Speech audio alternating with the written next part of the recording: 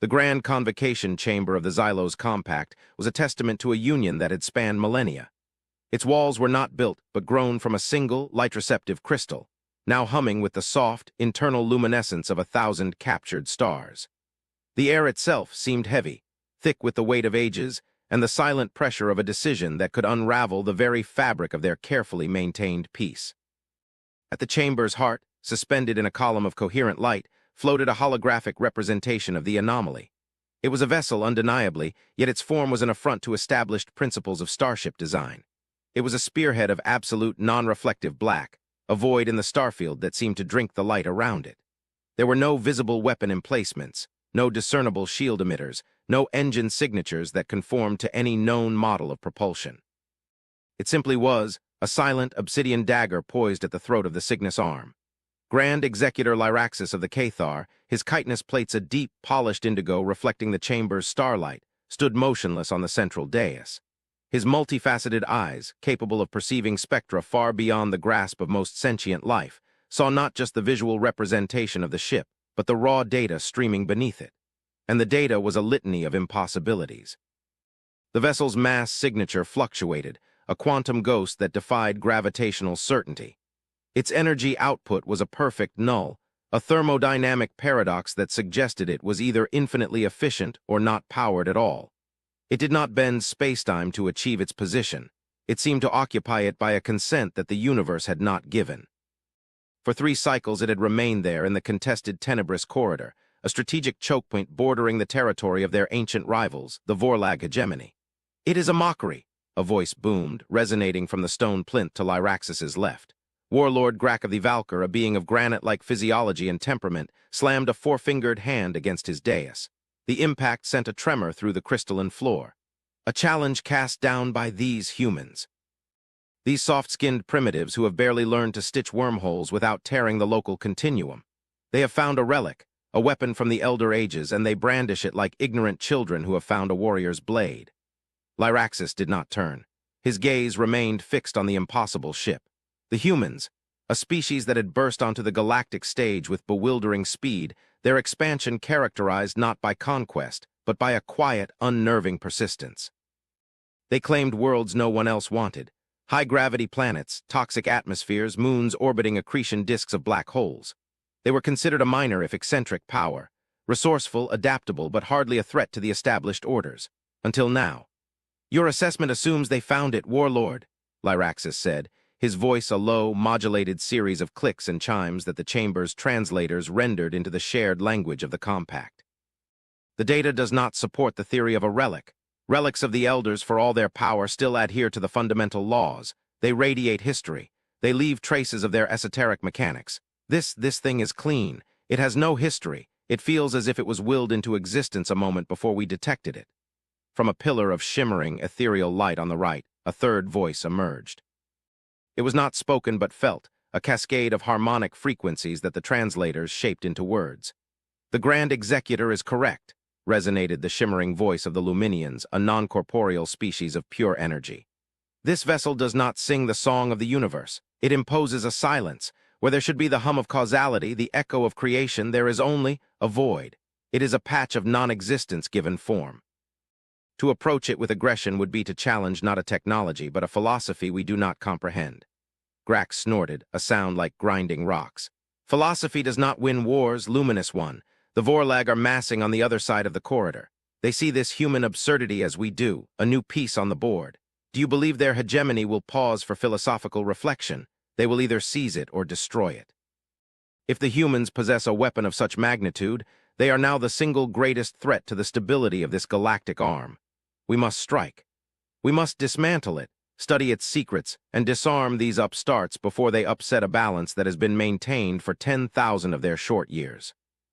The chamber fell silent, the weight of Grak's words settling upon the assembled delegates of the Compact's member worlds, their forms varied and alien, arrayed in tiers of floating platforms that ringed the central floor. Lyraxis felt their collective anxiety. A palpable wave of fear and uncertainty. The Valkyr were predictable in their aggression, the Luminians in their passive wisdom. But the rest were afraid. Afraid of the Vorlag, yes, but more afraid of the unknown. And the human ship was the greatest unknown any of them had ever faced. Lyraxis finally turned from the hologram, his gaze sweeping across the delegates. "We have attempted to hail this vessel. We have used every known frequency, every diplomatic protocol, from the ancient rites of the first encounter to the hyperwave bands used by non-sapient traders. There has been no response. It is as silent as the void it occupies." He paused, letting the silence deepen, letting the sheer alienness of the situation permeate their thoughts. The humans were not acting according to any known pattern of sentient behavior.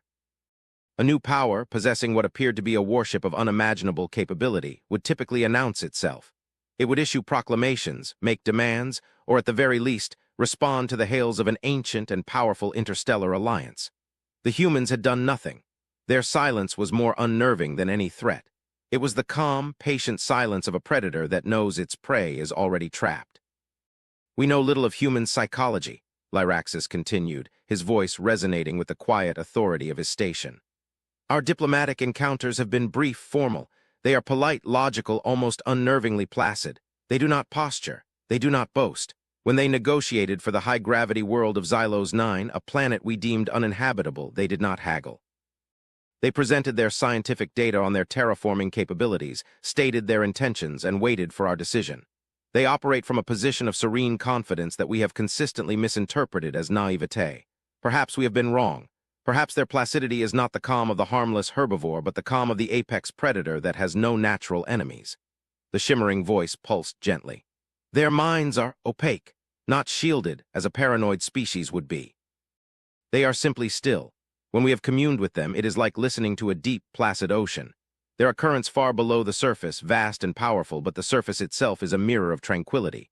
It is this stillness that you sense in their silence now. They are not ignoring us, they are waiting." "Waiting for what?" Grak growled.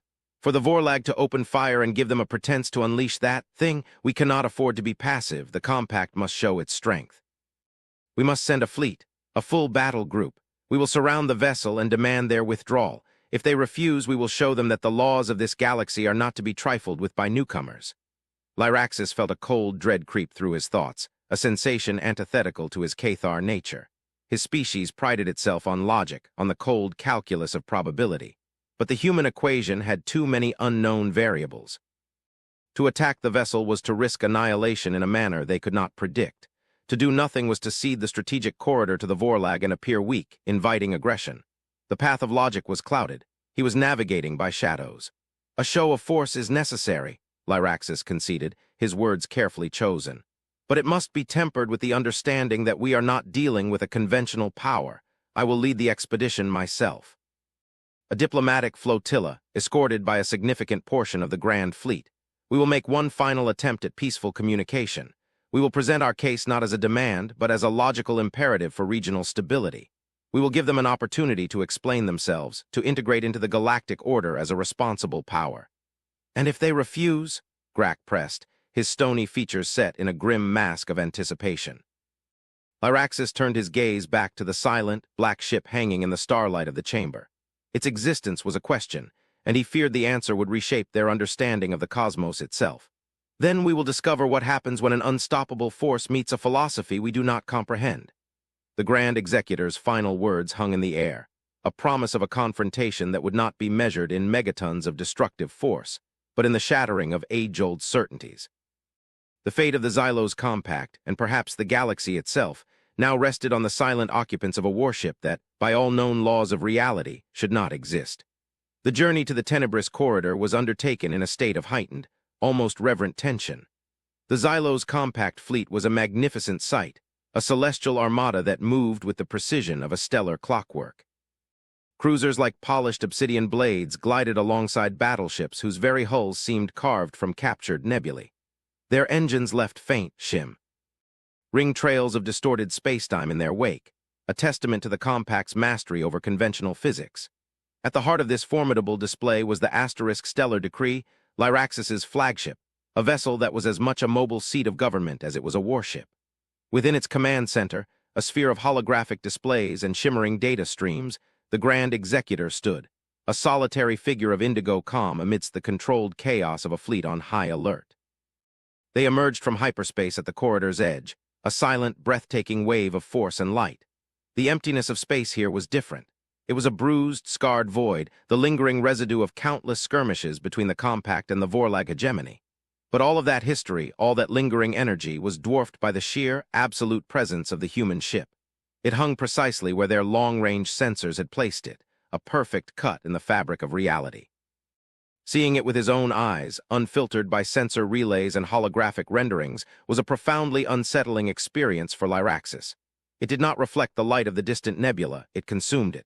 The stars behind it were not merely occluded, they seemed to vanish into its impossible geometry. "Energy readings?" Lyraxis chimed, his voice calm, betraying none of the deep unease that prickled at the edge of his consciousness. "Unchanged, Grand Executor," came the reply from a Cathar science officer. "Still a perfect null. We are scanning across all spectra, from quantum foam fluctuations to macrogravitational waves. There is nothing. It is the most profound absence of information I have ever encountered." From his command throne, Warlord Grak, who had insisted on accompanying the mission, made a low sound of disgust. "It is a stealth field of unparalleled sophistication. A trick. They are hiding their power, waiting for us to lower our guard." The shimmering voice, whose essence was projected into the command center as a faint, pulsing corona of light near the ceiling, resonated through the chamber. "It is not a hiding. It is a statement. A declaration that their existence does not require the same energetic validation as our own. Be wary, Warlord. You seek to uncover a trick, but you may find a truth you are not prepared for." Before Grak could retort, the communications officer stiffened. "Grand Executor, a transmission from the anomaly. It's audio-only, unencrypted, standard galactic linguistic protocols." A wave of stunned silence washed over the command center. For weeks, the vessel had been a silent enigma. Now, as the Compact's fleet arrayed itself in a posture of overwhelming power, it chose to speak.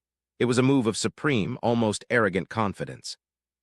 "Put it through," Lyraxis commanded, his multifaceted eyes narrowing. A voice filled the chamber. It was female, calm, and utterly devoid of inflection or emotion. It was like listening to a synthesized voice programmed for perfect clarity, yet underneath, there was an undeniable current of living intelligence. "This is Admiral Eva Rostova of the United Nations ship Vindication. You are addressing a sovereign vessel of humanity. Please state your intentions." The simplicity of it was disarming. No titles of grandeur, no threats, no flowery diplomatic language. Just a name, a designation, and a direct question. Lyraxis stepped forward, his own voice being translated and broadcast in reply. "Admiral Rostova, I am Grand Executor Lyraxis of the Xylos Compact. We have come in peace, but also with grave concern. Your vessel occupies a strategically critical and contested region of space. Its nature is unknown to us, and its silence has created instability. We ask that you explain your purpose here and withdraw your ship beyond the borders of the tenebrous corridor." There was a pause, so brief it was barely perceptible, yet it felt charged with analytical weight. "Grand Executor Lyraxis," the voice returned, as placid as before. "We are aware of the corridor's strategic importance. That is why we are here. Our purpose is observation and deterrence." Grak surged to his feet. "Deterrence. You bring one ship, a ship of unknown design, and you claim to deter two of the oldest powers in this galaxy. Your arrogance is astounding, human." He jabbed a thick finger toward the comms officer. "Broadcast on my authority." Before Lyraxis could stop him, Grak's gravelly voice was booming across the space between the fleets. "Admiral Rostova, this is Warlord Grak of the Valkyr, commanding the Compact's battle fleet. Your games are at an end.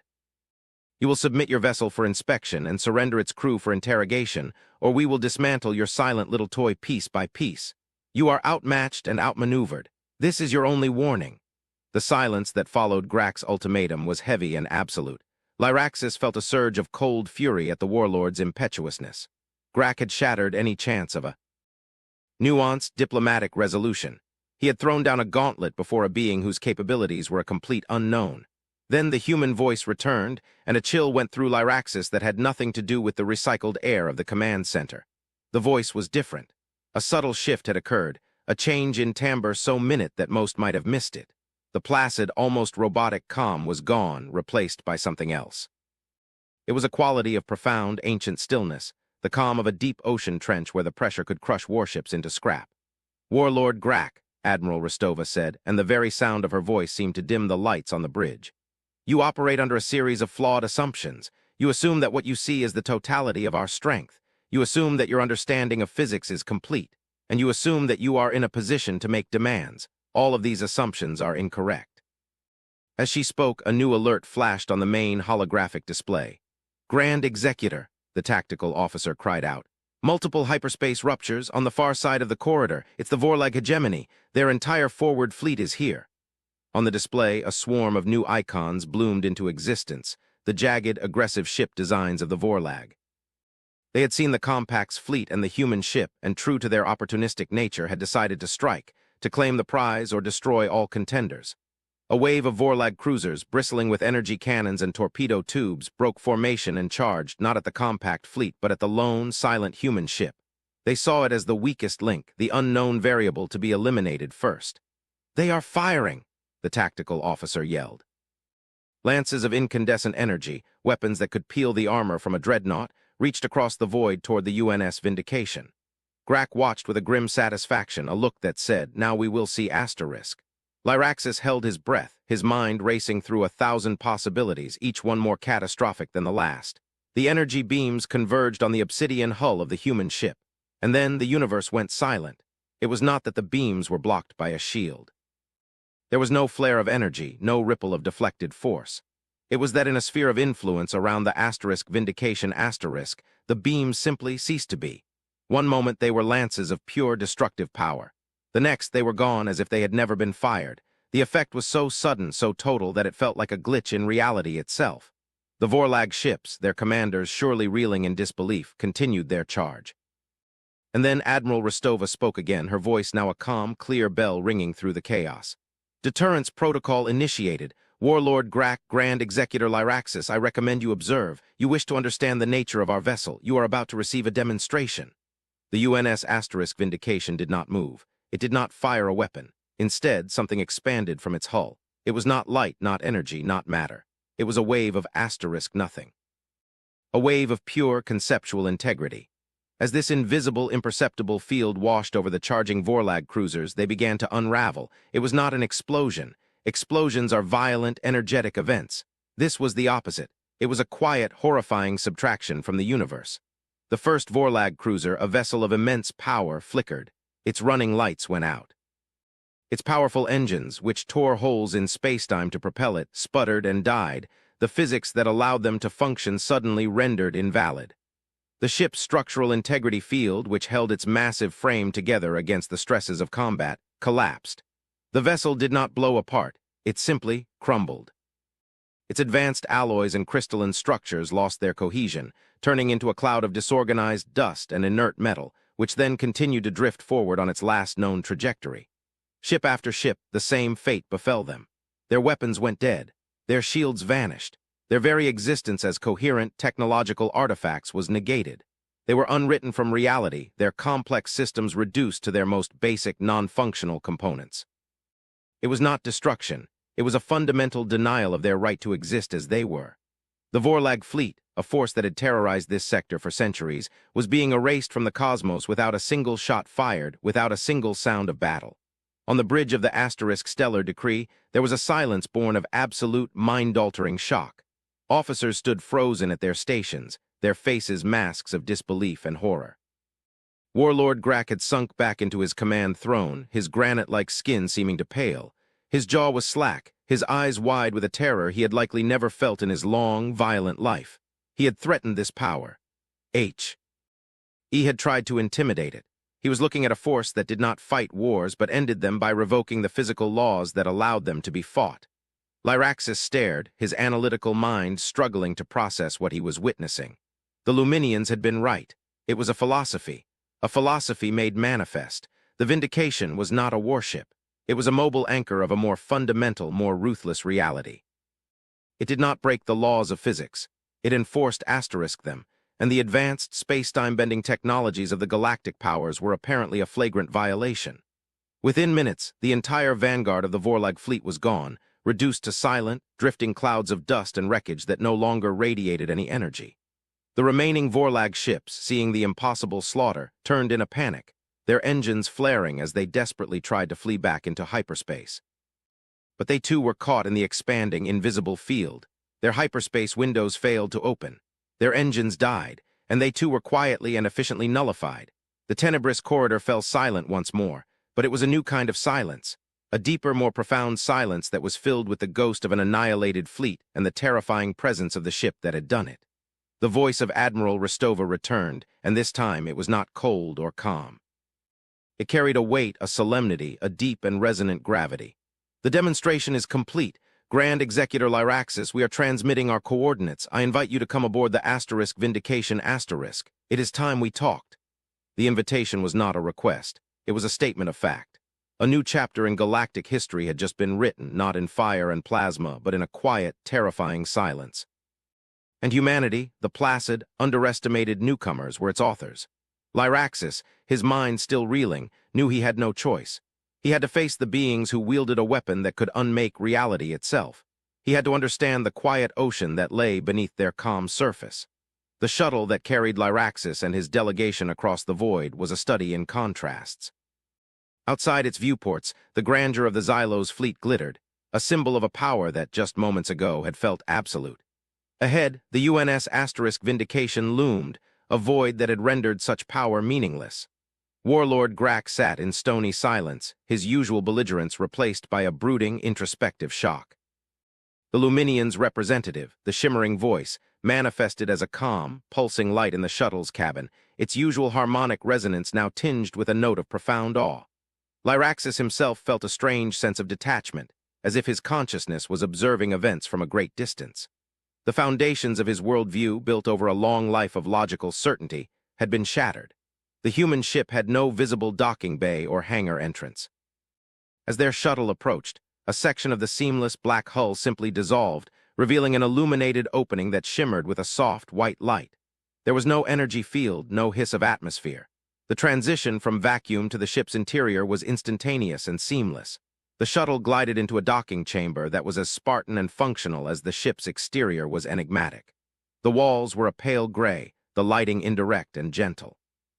There was no ornamentation, no grand architecture meant to intimidate or impress. It was a space designed for purpose, not for vanity. A single human figure was waiting for them as they disembarked. She was of average height for her species, her hair dark and tied back from a face that was calm and composed. She wore a simple dark blue uniform, devoid of medals or ostentatious rank insignia. Her eyes, a deep, contemplative brown, held a startling intelligence and an unnerving placidity. This was Admiral Eva Rostova. She looked not like a conqueror, but like a scholar or a philosopher. "Grand Executor Lyraxis, Warlord Grak, honored voice," she said, her voice the same as the one from the transmission, but richer, more human in person. She gave a slight, formal inclination of her head. "Welcome aboard the Vindication. Thank you for accepting my invitation." Lyraxis returned the gesture, his formal diplomatic training taking over, providing a structure in a situation that had none. "Admiral, we come to understand. What we have witnessed, it defies our knowledge of the universe." "It does not defy it, Grand Executor," Rostova corrected gently as she began to lead them down a long, silent corridor. "It clarifies it. The technologies used by the major galactic powers, your own included, rely on what our science calls metastable physical constants. You have learned to manipulate spacetime, to generate vast amounts of energy from localized quantum fluctuations, to create fields that warp reality for propulsion and defense. These are impressive feats of engineering. Gee, but they are akin to building a castle on a frozen lake. The ice is thick, it has held for eons, but it is not the true foundation. It is a temporary state." They entered a large, circular chamber. In the center was a simple, round table with several chairs. The far wall was a transparent screen that currently showed the Xylo's fleet hanging in the stardusted void. The view was clear, perfect, as if the wall was not there at all. Rostova gestured for them to be seated. "Please. There is much to discuss." As they sat, Grak finally found his voice, a low, humbled rumble. "That field, that weapon, what is it? What manner of power can simply erase a fleet?" Rostova looked at the Valkyr warlord, her expression not of pity, but of sincere academic focus. "It is not a weapon, warlord. It is a reality stabilization field. We call it the causality enforcement field. The Vindication does not project a force to destroy. It projects a field that establishes a baseline of absolute physical law. Within that field, the universe operates as it was meant to before the thinning." Lyraxis leaned forward, his multifaceted eyes fixed on her. "Thinning?" Rostova's gaze turned to the starfield beyond the window. A profound sadness seemed to touch her features for the first time. "Humanity is young, but we are inquisitive. When we first ventured into interstellar space, we were mystified. The universe we found did not entirely match the one predicted by our theoretical models. The laws of physics seemed more malleable, more permissive than they should be. We could build faster-than-light drives with far less energy than our theories demanded. We could generate shielding that should have been impossible. For a time, we believed our theories were simply wrong. She paused, turning back to them. But they were not wrong. We discovered the truth by listening, not to the stars, but to the silence between them. We detected a signal, impossibly ancient, impossibly faint, buried deep in the cosmic microwave background radiation. It was a message, a warning, and a repository of knowledge from a civilization that no longer exists. The shimmering voice pulsed softly. The elders, we do not know their name, Rostova said. The signal only referred to them as the librarians. They were a civilization far older and more advanced than any currently in this galaxy. They witnessed the beginning of a cosmic process they called the Great Unraveling. They learned that the fabric of reality itself is degrading. The fundamental constants are becoming less constant. The laws that bind matter and energy are becoming weaker, more pliable. This thinning is what allows for the spectacular technologies you all use. Your hyperspace travel, your shields, your energy weapons, they are all symptoms of this cosmic decay. You are exploiting loopholes in a dying universe. A chilling silence descended upon the room. The implications of her words were staggering, a truth so vast and terrible it dwarfed the petty squabbles of empires. The Vorlag, Rostova continued, her tone somber, were particularly aggressive in their exploitation of this degradation. Their weapons and engines tore at the fabric of spacetime with extreme prejudice. They were accelerating the unraveling in this sector. Our purpose here was to observe this process, and if necessary, to demonstrate the consequences of such recklessness. The causality enforcement field does not destroy. It simply restores the true, fundamental laws of physics within its area of effect. In such a state, ships held together by manipulated reality simply fail. Engines that rely on a pliable spacetime cannot function. They revert to inert matter because the rules that allowed them to be more than that are temporarily suspended. Grack looked down at his own powerful, stone-like hands as if seeing them for the first time. So, our strength, our technology, it is all built on a lie, a sickness in the universe. Not a lie, Rostova said. A temporary condition, but one with a terminal diagnosis. The librarian's message was clear. This process is not natural. Something is causing it, or something asterisk caused asterisk it long ago. An event of such magnitude that it wounded reality itself, and the wound has been festering, spreading ever since. The librarians dedicated their entire existence to fighting it. They built a network of great machines designed to reinforce the structure of reality across the galaxy. Lyraxis processed this, the logic of it clicking into place with horrifying clarity. They failed. Rostova nodded slowly. They failed. The unraveling was too vast, too insidious. As their civilization fell, piece by piece, their last act was to send out their knowledge, their warning, and the schematics for one final tool. A mobile device small enough to be built by a younger race that could create a localized bastion of true physics, a lifeboat in a decaying ocean. She gestured to the room around TH. The Vindication is the first and only ship of its kind built from the knowledge they bequeathed to us. It is not a warship. It is an ark. Its purpose is not to conquer, but to preserve a fundamental truth. The grand reveal was not of a superweapon, but of a terrible cosmic truth. Humanity was not an aggressive new power. They were the inheritors of a tragic ancient duty. Their placid nature, their serene confidence, it was not arrogance. It was the solemnity of those who carried a burden too great for boasting. They were the galaxy's unwilling physicians, and they had just been forced to perform a radical, horrifying surgery. Why did you not share this knowledge? Lyraxis asked, his voice a low chime of disbelief and dawning understanding. Why the silence, the mystery? And who would have believed us? Rostova countered, her gaze unflinching. A young minor species arrives on the galactic stage and declares that the very foundation of all advanced technology is a cosmic disease. We would have been dismissed as fanatics or fools. The Compact would have declared us heretics. The Vorlag would have tried to vivisect us for our secrets. No one would have listened. The only way to make you understand was to show you, to demonstrate a reality you could not deny. We waited for a moment when the choice would be clear, when the recklessness of the old ways was laid bare. The attack by the Vorlag had not been a threat to the Vindication. It had been the opportunity the humans were waiting for, a live demonstration of a truth too profound for words. The shimmering voice resonated, its light now a deep, contemplative blue. You carry the burden of the librarians, a legacy of unimaginable weight. We do, Rostova affirmed. And we do not believe we can bear it alone. The unraveling is accelerating. We can build more ships like this one, create small pockets of stability, but we cannot mend the entire galaxy. The librarian's final message spoke of a potential solution, but one they were never able to reach. A source point, a place where the unraveling may have begun and where it might be reversed. She touched a control on the table. The image of the Xylo's fleet on the far wall dissolved, replaced by a star chart of breathtaking scale. It showed their entire galaxy, a swirling vortex of 100 billion stars. And then it zoomed out, past the satellite galaxies, past the local group, into the yawning intergalactic void.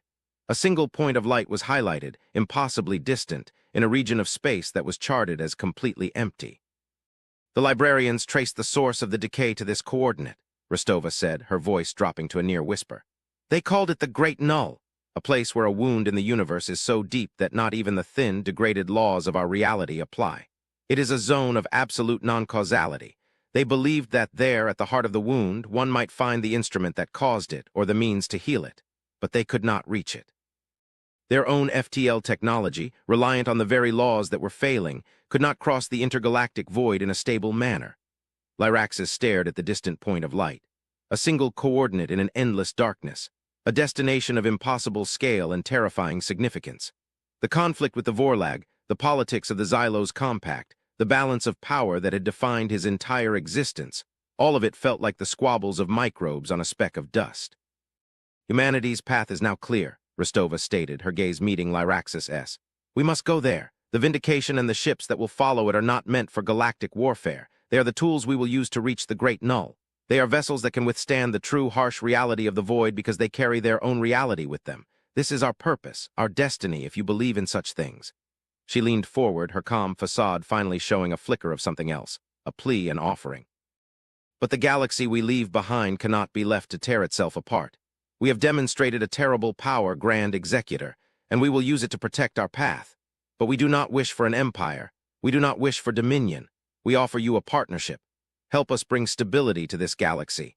Help us convince the other powers of the truth of the great unraveling. Join us in preparing for a future where the old technologies may fail entirely.